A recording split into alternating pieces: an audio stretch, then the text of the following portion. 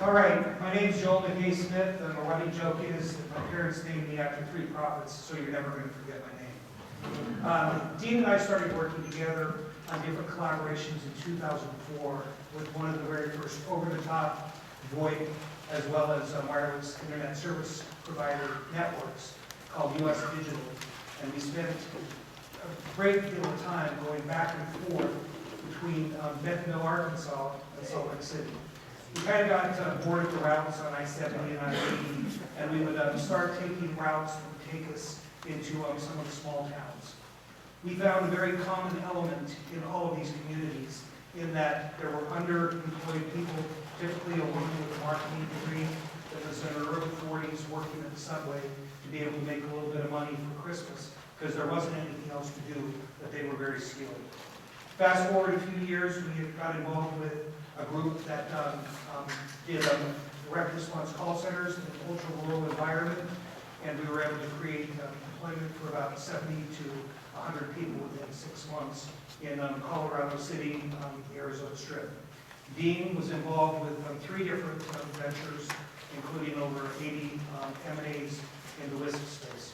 So Dean right now is going to get us ready to be able to have our victims here as we go forward. Glenn Rickard, Tessa, Julia, and Peter are going to join us in an engaged environment, which is a virtual classroom environment based out of Ireland. Going back to the genesis of how we got here, working with rural environments, it's become very apparent that one of the limitations with education and training is distance. But bandwidth exists in many of the areas that are ultra-rural. So what we've done with a generous grant from Utah Ignite, US Ignite, the National Science Foundation, and of course the Point of the Mountain Chamber of Commerce, is we're preparing to be able to go forward with an initiative that has been legislated with the state of Utah called the Rural Online Initiative, ROI. ROI has spent the last 2 years training over 1,000 individuals how to be able to work from home or work in remote locations throughout the entire state. The next thing that we're going to be moving into is going to require a little bit more of a team dynamic, including being able to have code camps that would allow us to have multiple locations, but with low latency, an environment very much like what you're going to be seeing here. We also plan on working with the same group who did Foundry for entrepreneurship at the University of Utah with sustainable startups, as well as START, to be able to have entrepreneurial cohorts. But the people that are participating in these cohorts could be in different places. Again, this can only be done with ultra high-speed bandwidth as more complexity is brought into a VR environment. So we'll give you a couple of examples of some tools that can be used for this. Ron Tully at the back of the room has been archiving many events using 180 and 360 cameras.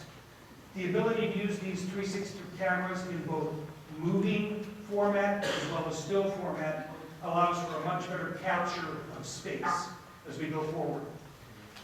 We also have a number. Am I being picked up? Okay, awesome. You're going to be able to see it on one of the videos that we have set up, the ability where we get the feedback on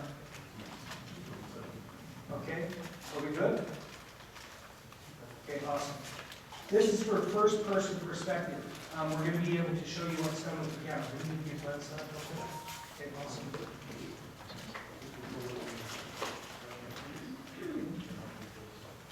One of the things that we needed to do when we started to do, okay. I might just turn this off.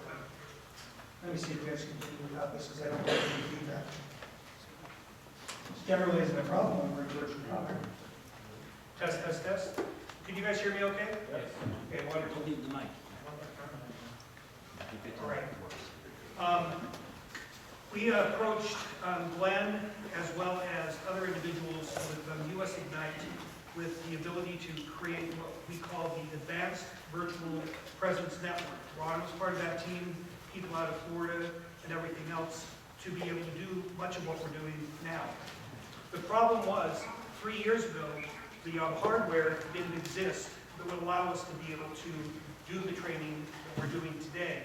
But with the advent of what we have here, which is the Oculus Quest, we can actually do this classroom. Okay, Dean, would you like to share your perspective? And I'm going to join it.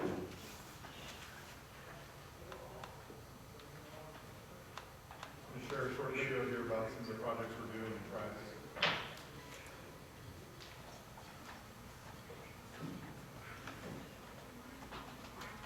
And then we'll hear it.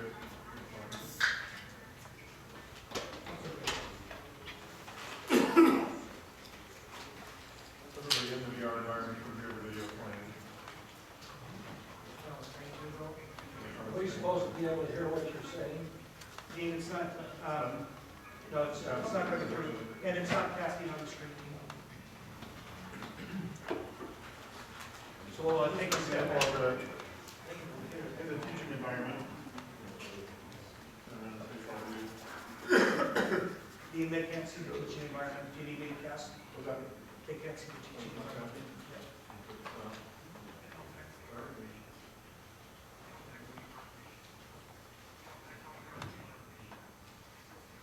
It's to save healthcare by helping people. We looked around the state trying to figure out how to expand, but we knew that we could go somewhere where we could develop what we call professional support. Our economy is doing well. The Wasatch Front crime rate is really low on the Wasatch Front.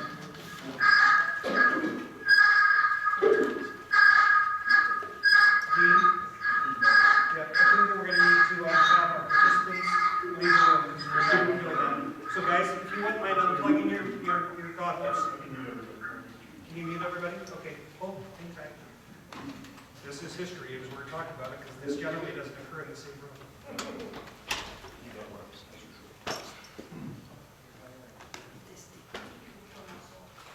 There's a lot of need for more great people.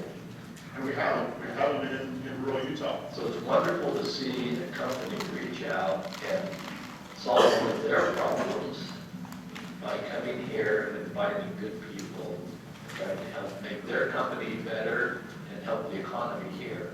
One thing that puts this into perspective real clear for me is the 28 employees that we have here. If you want to grow, you have to have 300. You have to say that. You know, something like you'd have to have 450. You have to say that. So it's a magnificent impact you're providing for a community. So we have 28 team members here. You're blessing 28 families. We hope that these types of partnerships will only grow in the future and more businesses will look to rural Utah to help solve some of their problems and to be able to provide not just jobs to Carbon County, but family members. You are part of our family. Notice they all wear purple. Purple to us is shorthand for being remarkable. We want to exceed people's expectations. The whole town's going to be impacted. Like, everybody's going to be impacted one way or another by health equity. This whole health equity, everything is life-changing for me. I am so excited to be able to help people. I can't wait for it.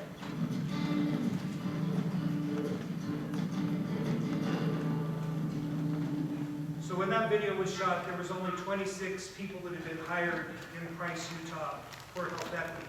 Due to the superb internet provided by our friends at Emory Telecom, we now have, can you mute me, sir? Am I muted? Okay, awesome. Thanks to the superb internet that was provided by Emory Telecom, we're happy to report that about 2 weeks ago, we went over 250 hires in Price, Utah for health equity, which is the #1 non-custodial HSA in the United States. To us, that's a huge accomplishment that could not have been pulled off without some of the vision that has been provided by Utah Ignite and with the vision that's also been provided with the extension of a bandwidth within the environment. I'm going to step out of Dean's way.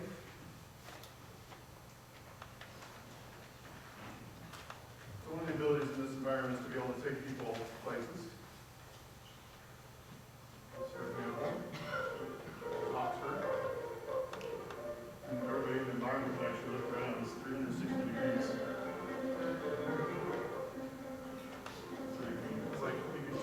places. Places in the world. This could also be 360-degree streaming through Facebook and other providers.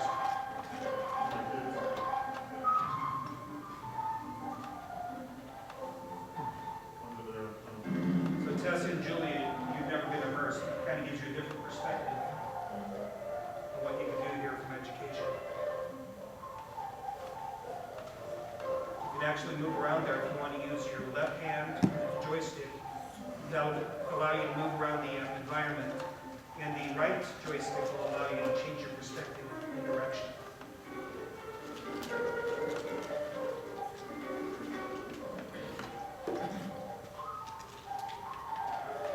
You all may notice too that if you were able to see Dean's face, he's actually been able to take a rendering of his own face, so it's not just an anonymous avatar. That's kind of the future of some of the training we'll be doing to be able to have more of a team dynamic.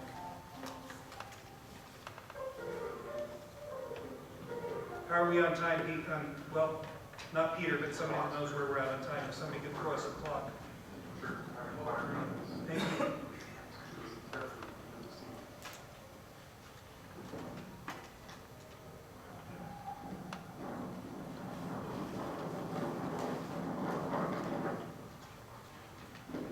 Those in goggles, you can see we actually have stereophonic sound that's coming from the direction of where it's been recorded.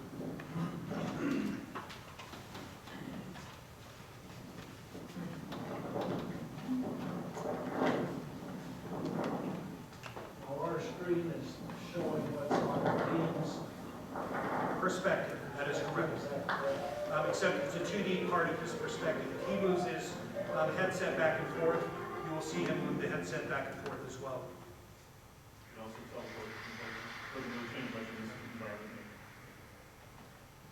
As we're going to only have about 5 more minutes, as we don't want to burn up too much of your time. Dean, would you mind going to another location? Perhaps we could go to Mars and have these people walk around the rover. The ability to also record like this session and be able to replay it is completely functional as well. So you have a 3D camera or a three-dimensional camera set up in the middle of that camera? If you are creating your own content, yes, sir. And you can have multiple 3D cameras. Ron, I believe, probably has 3 set up for this event, so you can have multiple perspectives that can be viewed on YouTube or in another environment as well. But with these, you have 6 degrees of separations with these goggles, which typically would have been set up with a tether. All right, everybody that has the handsets, go ahead and use your left joystick and look around your vista. And use your right to be able to turn. You can climb up on rocks. It may be a little bit uncanny to you because it's actually very hyper-realistic in the view that we're in. You can see from a learning environment how incredible this could be. Hopefully, sometime in the future, we'll be able to share with all of you what Engage is doing today and yesterday through Friday. For the first time in history, the educational VR conference with 160 participants over the course of 24 hours of each day are doing all sorts of things. Right now, there's actually a session that I got bumped out because we didn't get in there in time, where they're actually doing paramedic training with ultra high realistic audio and visual. So you can see some people have went with the Hyperloop too. Dean, would you also, sorry to take you away from Mars, everybody, but I want to show the people in the audience. Could you take them into the classroom environment? Thank you.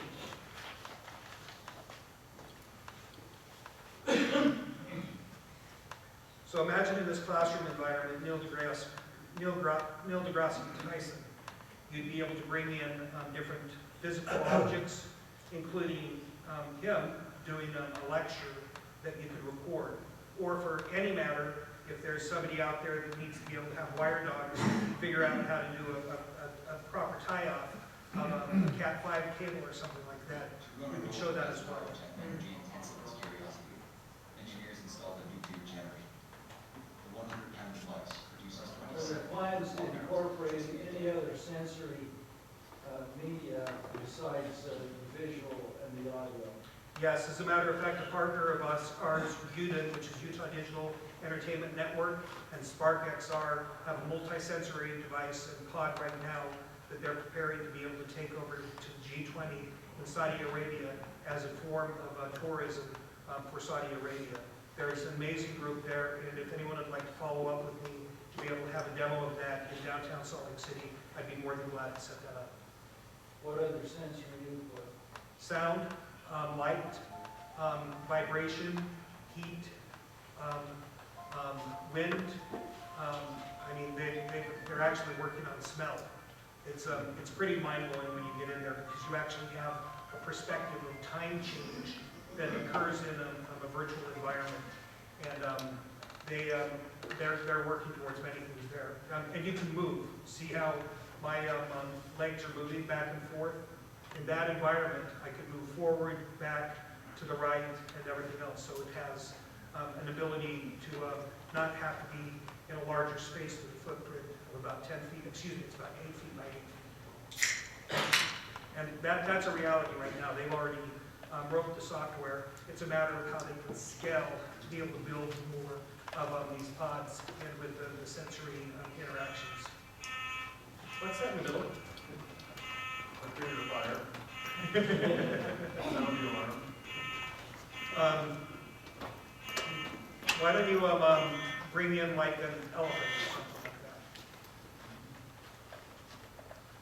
that? By the way, these VR objects that we're bringing in are only limited by the creative ability for people to create the content, which is another thing that we're very much looking forward to in the future. Can you see that guy? Somebody just walked through it and everything else like that. Time, please. 12:38. Okay, will you cut me off at 12:45 and we'll call it done? Or does anyone else out there have any questions for what we're doing?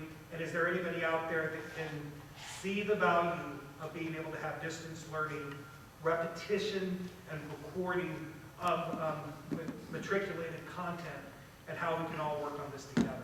Because we'd love to be able to have you join with us in the vision of the Advanced Virtual Presence Network, which was really started by Glenn when we went out to the Smart Gigabit Communities Conference at the White House during the Snowmageddon of 2017. This is something that we can work on together and we can get even more enhanced things due to high-speed internet. I'd gladly take any questions. What kind of work is being done on the bringing together networks of professionals or mechanics or plumbers side that can kind of bridge the gap between professional services? Excellent question. You're probably familiar with Edison Electric. So Edison Electric has been working on a program where you can have sensation of heat and actually have a device that's like a hood for welding, where they can have a welding technician and a welding instructor weld a seam over one another. Professionally, there are many people within the Engage as well as the All VR environment that are socializing and collaborating now across numerous industries. But when it comes to the trades in particular, the only thing they don't have right now is the tactile response of what you can get from the devices. But haptic wear is something that's very much being developed too. What haptic wear means is that you would basically, from your toes to your fingertips, have the ability to have sensation and tracking. But that still has to occur in a tethered environment, whereas what you see right here, we can go anywhere. If I would have created a Guardian for the entirety of the salt mine, I could walk around in that. It allows you to do that. And by the way, is there anybody out there, I won't be able to see your hands, of course, that would like to play with these after the meeting's over? I'd be more than glad to stay as long as you need to. One of the things we're playing with actually is this 180 3D camera. And Joel showed you mounted on your forehead. And so for like a trade or something, let's say you were teaching welding, you could actually mount it on the head and show as if it's your own hands doing whatever the task is. So there's some interesting things that we're playing with in terms of that. We're going to do a little bit with